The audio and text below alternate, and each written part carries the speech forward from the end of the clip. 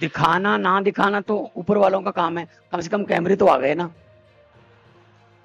इनकी तो हिम्मत है ना, इनके लिए मुबारकबाद है। तो आज हम यहाँ पर गुजरात वासियों को एक धन्यवाद भी करने आए हैं। गुजरात का नाम इतिहास में लिखा गया है। आज से 10 साल बाद, 20 साल, 50 साल बाद जब ये हिस्ट्री लिखी जाएगी, जब किसी किसी पेपर में या किसी पीएचडी के थीसिस में लिखा जाएगा, जब पूछा जाएगा कि आम आदमी पार्टी को नेशनल पार्टी बनाने में किसका योगदान था, तो उसमें बड़े सुनहरी अक्षरों में लिखा जाएगा गुजरात। गुजरात के चुनाव में आपने 14% वोट दिए, तो आज 1150 पार्टियां, लगभग 1155 पार्टियां देश में रजिस्टर्ड हैं। आम आदमी पार्टी जो है अब टॉप 3-4 में आम आदमी पार्टी का शुमार होता है। उसके लिए आपका धन्यवाद है कि आपने 14% जो मत दिए, उससे बहुत बड़ा कद बढ़ गया। ऐसे ही अपना अपना योगदान हर स्टेट का है। पंजाब ने पहली बार 4 एमपी दिए 14 में, उसके बाद विपक्ष में आए पंजाब में हम, उसके बाद सरकार बनी, फिर हमारे 7 एमपी राज्यसभा में आए, 7 के 7 पंजाब से, 7 ही हैं पंजाब में, 3 दिल्ली से आए। फिर मध्य प्रदेश में सिंगरौली में हमारे मेयर, एमसीडी दिल्ली में हमारी लोकल गवर्नमेंट है, और सबसे ज्यादा फेमस जो है वो चंडीगढ़ का मेयर है। आपने देखा होगा किस तरीके से डेमोक्रेसी की हत्या हुई। शुक्र है भगवान का, कैमरे भी लगे हुए थे, और ऊपर से माननीय सर्वोच्च न्यायालय और माननीय चीफ जस्टिस साहब, उनको कैमरे नजर आए और कैमरों में उन्होंने देखा कि कुछ हो रहा है। तो किस तरीके से 36 मत गिनने थे, सिर्फ मात्र 36 में से 8 वोट जो थे वो उसने कैंसिल कर दिए, और जबरदस्ती बंदा बिठा दिया कि ये मेयर बन गया। हम लोग सुप्रीम कोर्ट गए तो माननीय चीफ जस्टिस के बेंच ने कहा कि ये दिखाओ, लेके आओ ये सारे बक्से। तो जब वहां चेक किया गया तो सारे वोट जो थे आम आदमी पार्टी के निकले, और जुडिशियल हिस्ट्री में एक कभी नहीं हुआ इससे पहले कि कोई किसी मेयर का नाम सुप्रीम कोर्ट ने अनाउंस कर दिया कि मेयर आम आदमी पार्टी का होगा। अब हमें इस बात की खुशी तो है कि मेयर हमारा बन गया चंडीगढ़ में, लेकिन इस बात का डर और दुख जरूर है कि 36 में से 8 वोट काट दिए, लगभग 25% वोट इधर उधर कर दिए, खत्म कर दिए विपक्ष के। तो अभी मई के एंड में 92 करोड़ वोट गिनने हैं, वो कैसे गिने जाएंगे, ये हमें दुख है इस बात का। उसमें क्या क्या होगा, क्या क्या नहीं होगा, वोट कहीं डलेगा, वो कहीं मिलेगा, जीतेगा कोई और। ये क्या मतलब, डेमोक्रेसी जो है जो देश में खतरे में है, उसी डेमोक्रेसी को, संविधान को, बाबा साहब के लिखे हुए संविधान को बचाने के लिए हम आपके पास आए हैं। क्योंकि अगर संविधान ही नहीं रहेगा, देश ही नहीं रहेगा, तो पार्टियां क्या करेंगे, क्या करना है पार्टियों को। इसी सोच के साथ हमने इंडिया गठबंधन में हमने जो है अपने आप को शामिल किया है। और आज भरूच और भावनगर से जो ऑफिशियल, वैसे तो बहुत चिर पहले से चल रही है, लेकिन ऑफिशियल लॉन्चिंग आज है। हमारी जो प्रचार की कमेटियां बनी हैं, प्रचार करेंगे। मैं बहुत गया हूँ, दाऊद से लेके पूरा आदिवासी एरिया, तो बहुत ही ज्यादा, आपके एरिया में भी बहुत ज्यादा लोगों ने प्यार दिया, इतना प्यार दिया। और मैं जब प्रचार करता था तो वहां कई जगह तो वो जाता ही नहीं है, सिग्नल ही है नहीं, फोन का सिग्नल नहीं है, कुछ नहीं है। तो लेकिन लोग बहुत ही जज्बाती हैं। उनके 3 ज हैं, जल, जंगल और जमीन, ये तीनों छीने जा रहे हैं। तो उसी चक्कर में चेत्र भाई ने, एक फॉरेस्ट ऑफिस वाले आ गए फॉरेस्ट वाले एक किसान की जमीन को कब्जा करने लगे, हमारी है। तो इन्होंने जो उनको जुर्माना वाना किया था वो वापस करवा दिया, इनको जेल में डाल दिया, इनकी पत्नी को जेल में डाल दिया। हम जेल में मिलने गए थे। तो मतलब जो थोड़ा बहुत भी किसी के हकों की आवाज, अधिकारों की आवाज उठाएगा, जेल में डाल देते हैं। दिल्ली में साहब को जाके बोला किसी ने, बड़े साहब को, कि जी स्कूल बहुत अच्छे कर दिए सरकारी दिल्ली में, जो प्राइवेट स्कूल हैं जिनसे हम कमीशन लेते हैं उनमें से निकाल के पेरेंट्स जो हैं वो सरकारी में दाखिला करवा रहे हैं, कुछ करिए सर, हमारा नुकसान हो रहा है। तो साहब ने पूछा किसने किया? जी मनीष सिसोदिया, जेल में डाल दो। फिर किसी ने कहा साहब प्राइवेट हॉस्पिटलों में आता ही नहीं है कोई, इतने अच्छे शानदार स्कूल कर दिए, अस्पताल कर दिए दिल्ली में कि पूरा पैरासीटामोल से लेके 40 लाख 50 लाख तक का इलाज फ्री है। तो बड़े साहब ने कहा किसने किया? सत्येंद्र जैन ने। उठा के फेंक दो, जेल में डाल दो। तो साहब ने खुद आंखों से देखा कि राज्यसभा में कौन बोलता है, तो करें इनको, संजय सिंह को उठा के जेल में भेज दो। फिर किसी ने बता दिया जी अरविंद केजरीवाल जहां भी जाते हैं देश में भाजपा का सुपड़ा साफ हो जाता है, उनकी रैलियां बंद कराओ किसी ना किसी तरीके से, इनको ईडी का समन भेज दो। 9 समन आ गए, एक इतनी बड़ी किताब बन गई समनों की। और ये नहीं बताते क्यों बुला रहे हैं, समन आ रहे हैं, बस समन आ रहे हैं। क्या करें जी, बड़े साहब का हुक्म है। ये क्या चल रहा है? पार्टी ऐसे, आम आदमी पार्टी खत्म होने वाली नहीं है। आप केजरीवाल को तो गिरफ्तार कर लोगे, उसकी सोच को कहां गिरफ्तार करोगे, कैसे गिरफ्तार करोगे? जो 10-11 साल में देश में करोड़ों केजरीवाल पैदा हो चुके हैं, उनको कौन सी जेल में डालोगे? ये गलतफहमी में है। कैसे हम उनको रोक लेंगे? हम वो पत्ते नहीं जो शाख से टूटकर गिर जाएंगे, हम वो पत्ते नहीं जो शाख से टूटकर गिर जाएंगे। आंधियों को कह दो अपनी औकात में रहें। तो चेतर भाई बसावा जैसे हमारे, उमेश भाई जैसे हमारे फाइटर हैं, ईशुदान भाई, गोपाल भाई हमारे फाइटर हैं। हम लोग अपने अपने काम, जैसा कि ईशुदान भाई बोल रहे थे, अपने अपने काम छोड़ के आए। इनकम टैक्स के कमिश्नर थे, इनकी पत्नी इनकम टैक्स की कमिश्नर, दोनों मियां बीवी इनकम टैक्स के कमिश्नर। चाहते तो ये भी करोड़ों कमा लेते, हर रोज घर पे लाखों रुपए आ जाते, लेकिन उन नौकरियों को छोड़कर जनता के पक्ष में, जनता के हक में खड़े हुए। क्या जरूरत थी इतनी आलोचना करवाने की? जहां ये इनसे हर रोज गालियां सुबह सुबह उठ के केजरीवाल करने लगते हैं। मैं आर्टिस्ट था, बड़ी लेफ्टर चैलेंज से लेके वहां तक, पंजाबी में तो बहुत पहले से ही, 17.5 साल का था तब से स्टार बन गया था। तो क्या जरूरत थी इनसे गालियां खाने की? सुबह सुबह लगते हैं भगवान मान को गालियां देने लगते हैं। तो सब लोग अपनी अपनी जगह सेट थे। अगर ये अच्छे निकलाते ना, हमें क्या जरूरत थी? ये निकम्मे निकले, इसीलिए हमें आना पड़ा। और हम काम की राजनीति करते हैं, हम नाम की राजनीति नहीं करते। 2 साल हो जाएंगे कल, 16 मार्च है कल। 16 मार्च 2022 को शपथ ली थी पंजाब में। और शपथ आमतौर पर कहां होती है? शपथ राजभवन में होती है, जब मुख्यमंत्री अपने निवास पे करवाता है, जब फिर किसी स्टेडियम में होती है। पंजाब की जो शपथ ग्रहण समारोह था वो कहां हुआ था? भगत सिंह के पैतृक गांव में हुआ था। उनकी सोच को, उनकी कुर्बानी को सजदा करने के लिए, नमन करने के लिए हम गए थे।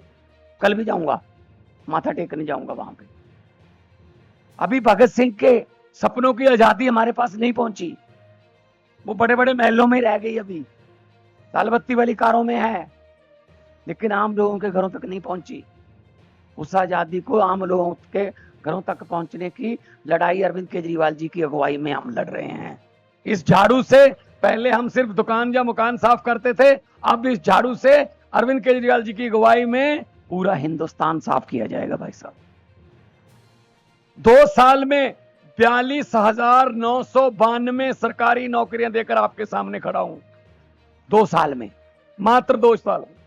और कोई सिफारिश नहीं, एक पैसा, एक रुपया बता दे कोई कि 1 रुपया लग गया जी हमारा नौकरी लेने में, चाय का कप उसने पी लिया जी किसी ने, या एमएलए ने नौकरी दिलवा दी, सिफारिश लगी। जब 700 नंबर का पेपर है, आपके 680 से आ गए, आप इसलिए नौकरी पर नहीं लग पाए, वो नौकरी आपको इसलिए नहीं मिल पाई कि आपके पास पैसे नहीं थे रिश्वत देने के लिए, जब फिर आपका कोई एमएलए या मंत्री जानकार नहीं था।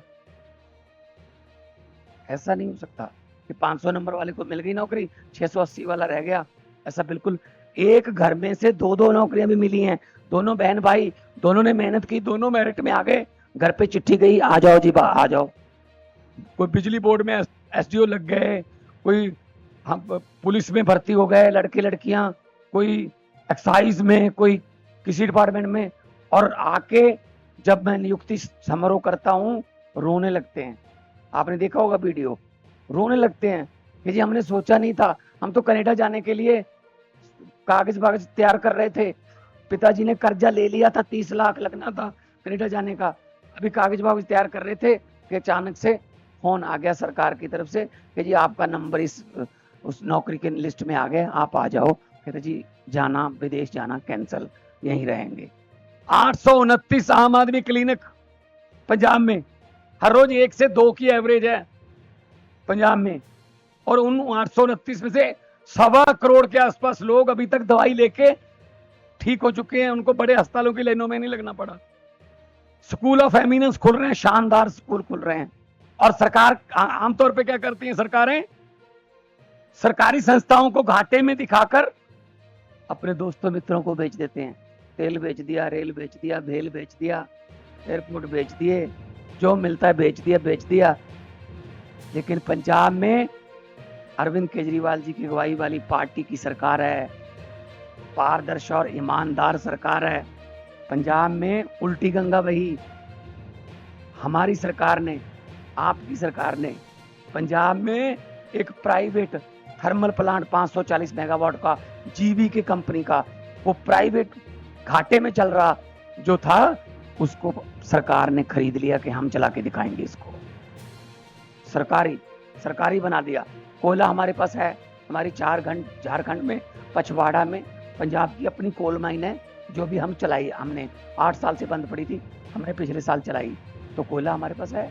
बिजली 90% पंजाब को फ्री आती है बिजली, चाहे आपका कोई भी, कोई इसके लिए कार्ड, कोई नीला कार्ड या कोई ऐसा नहीं है। आपका 300 यूनिट पर मंथ है, 600 यूनिट पर मंथ, 2 महीने बाद बिल आता है। आपका 590 595 आपके यूनिट हैं, चाहे आपके पास एसी है, जो मर्जी है, हमने यूनिट देखने हैं, आपका बिजली का बिल नहीं आएगा। 90% घरों को पंजाब में बिजली का बिल नहीं आता, 0 बिल आता है। तो ये गुजरात में भी तो हो सकता है, क्यों नहीं हो सकता? खेतों में हमारी बिजली फ्री है, और बिजली अभी हमने जो थर्मल प्लांट खरीदे, इससे इंडस्ट्री वाली बिजली सस्ती करेंगे। बहुत से लोग, हमें 65,000 करोड़ की हमारे पास इन्वेस्टमेंट आ गई है। टाटा स्टील का second biggest plant after Jamshedpur, वो लुधियाना में, अभी मैंने उसका भूमि पूजन किया और उन्होंने किया, मैं उद्घाटन करके आया हूँ। बड़े बड़े आ रहे हैं क्योंकि माहौल बन गया जी, 10-15 दिन से ज्यादा लगते नहीं है, आपकी पूरी की पूरी एनओसी, सब आपकी कार्रवाई, कोई किसी भी दफ्तर में जाने की जरूरत नहीं है। आपकी सरकार, आपके द्वार नाम का प्रोग्राम है, हर गांव में अनाउंसमेंट करके गुरुद्वारा साहब के स्पीकर में, डीसी एडीसी, आप कलेक्टर कहते हो, ये सब एसएसपी जब सब जाते हैं गांव में, लोगों को बुलाते हैं, आसपास के गांव के लोग भी आते हैं, सरकार लोगों के द्वार जाती है। रजिस्ट्रियां, जाति प्रमाण पत्र, आधार कार्ड से रिलेटेड कोई काम हो, आपको सरकारी दफ्तर में जाने की जरूरत नहीं है, सरकारी दफ्तर आपके घर पे आता है। ये नीयत अच्छी है तब हो रहे हैं काम, नीयत अच्छी है। 117 में से 92 दिए उन्होंने, लोगों ने तो कमाल कर दिया। तो हमने पंजाब के लिए काम शुरू कर दिया पहले दिन से। तो इसलिए हम आज आपके पास आए हैं कि इनका तो देखो, पंजाब में तो बीजेपी है नहीं, दो उनके विधायक हैं, बस विधायक 2 हैं, 2 एमपी थे, मतलब अब थे लग जाएगा उसमें बड़ी जल्दी, क्योंकि नहीं जीतने वाले कुछ, क्योंकि एक तो सनी देओल था, वो बॉर्डर से पार जाके तो नलका उखाड़ लेता है, बॉर्डर पे अपने हलके में कोई नलका लगवाया नहीं उसने,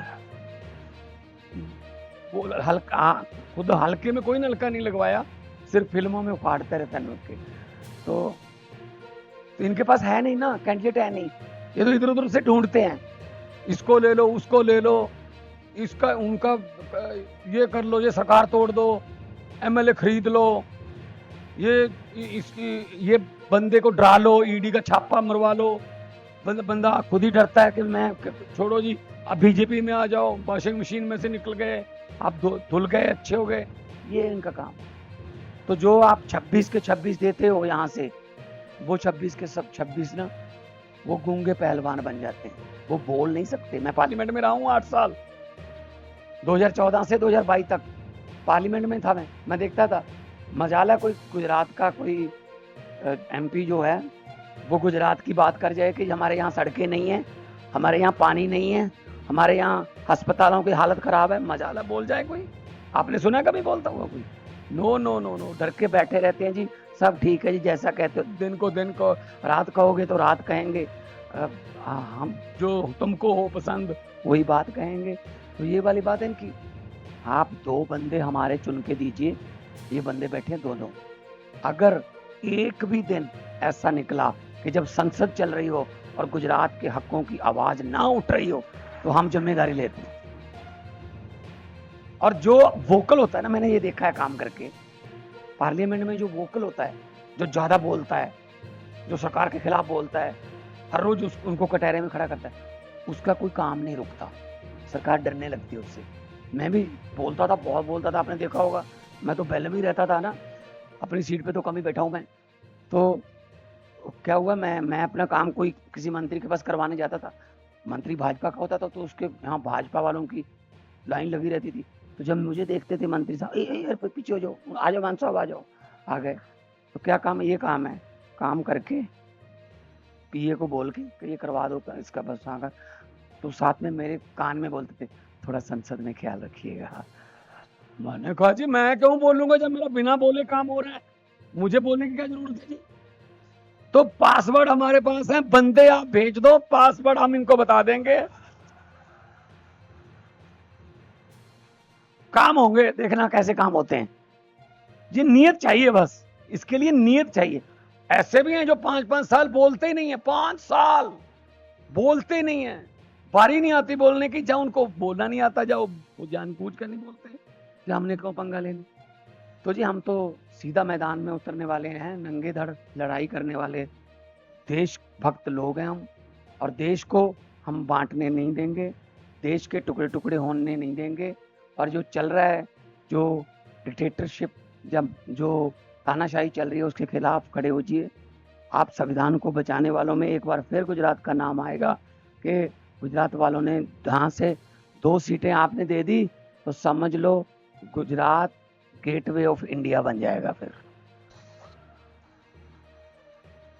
तो मैं ये कहना चाहता हूँ, आज हम शुरुआत करने आए हैं, और आएंगे, प्रचार करने भी आएंगे, जहाँ भी बुलाओगे आएंगे। आप लोग बस निकलिए बाहर और लोगों को कहिए कि आओ कुछ चेंज करके देखते हैं। पेड़ भी हर साल पत्ते बदल लेते हैं, आपको यार कितने साल हो गए, कुछ ना कुछ तो बदल के देख लो।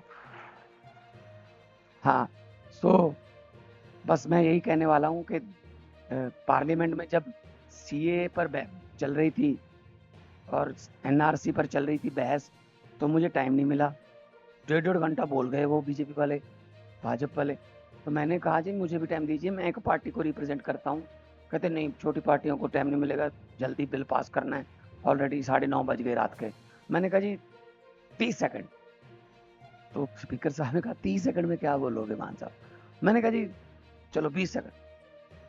कहते 20 सेकंड में क्या बोलोगे? मैं देख लो। कहते ठीक है चलो 20 सेकंड, आपका समय शुरू होता है अब। मैंने कहा जी बहुत बहुत धन्यवाद स्पीकर साहब। मैं तो यही कहना चाहूँगा कि जो आज बिल ला रहे हो, इस पर मैं यही कहूँगा कि लंबे सफ़र को मीलों में मत बांटिए, कौम को कबीलों में मत बांटिए। एक बहता दरिया है मेरा भारत देश, इसको नदियों और झीलों में मत बांटिए। कहते अभी तो 14 सेकंड हुए हैं। मैंने कहा 6 सेकंड मेरे अगले भाषण के लिए रख लेना।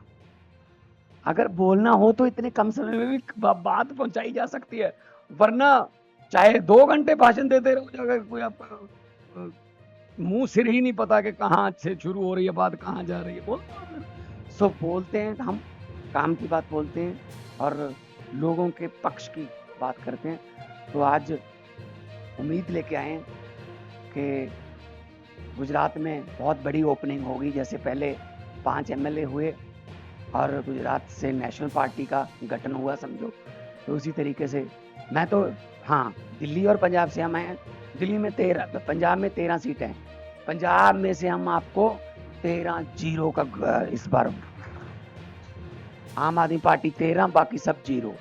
और कुरुक्षेत्रा भी इंडिया गठबंधन से हमारा सीट मिली है, कुरुक्षेत्रा भी जीत रहे हैं हरियाणा से।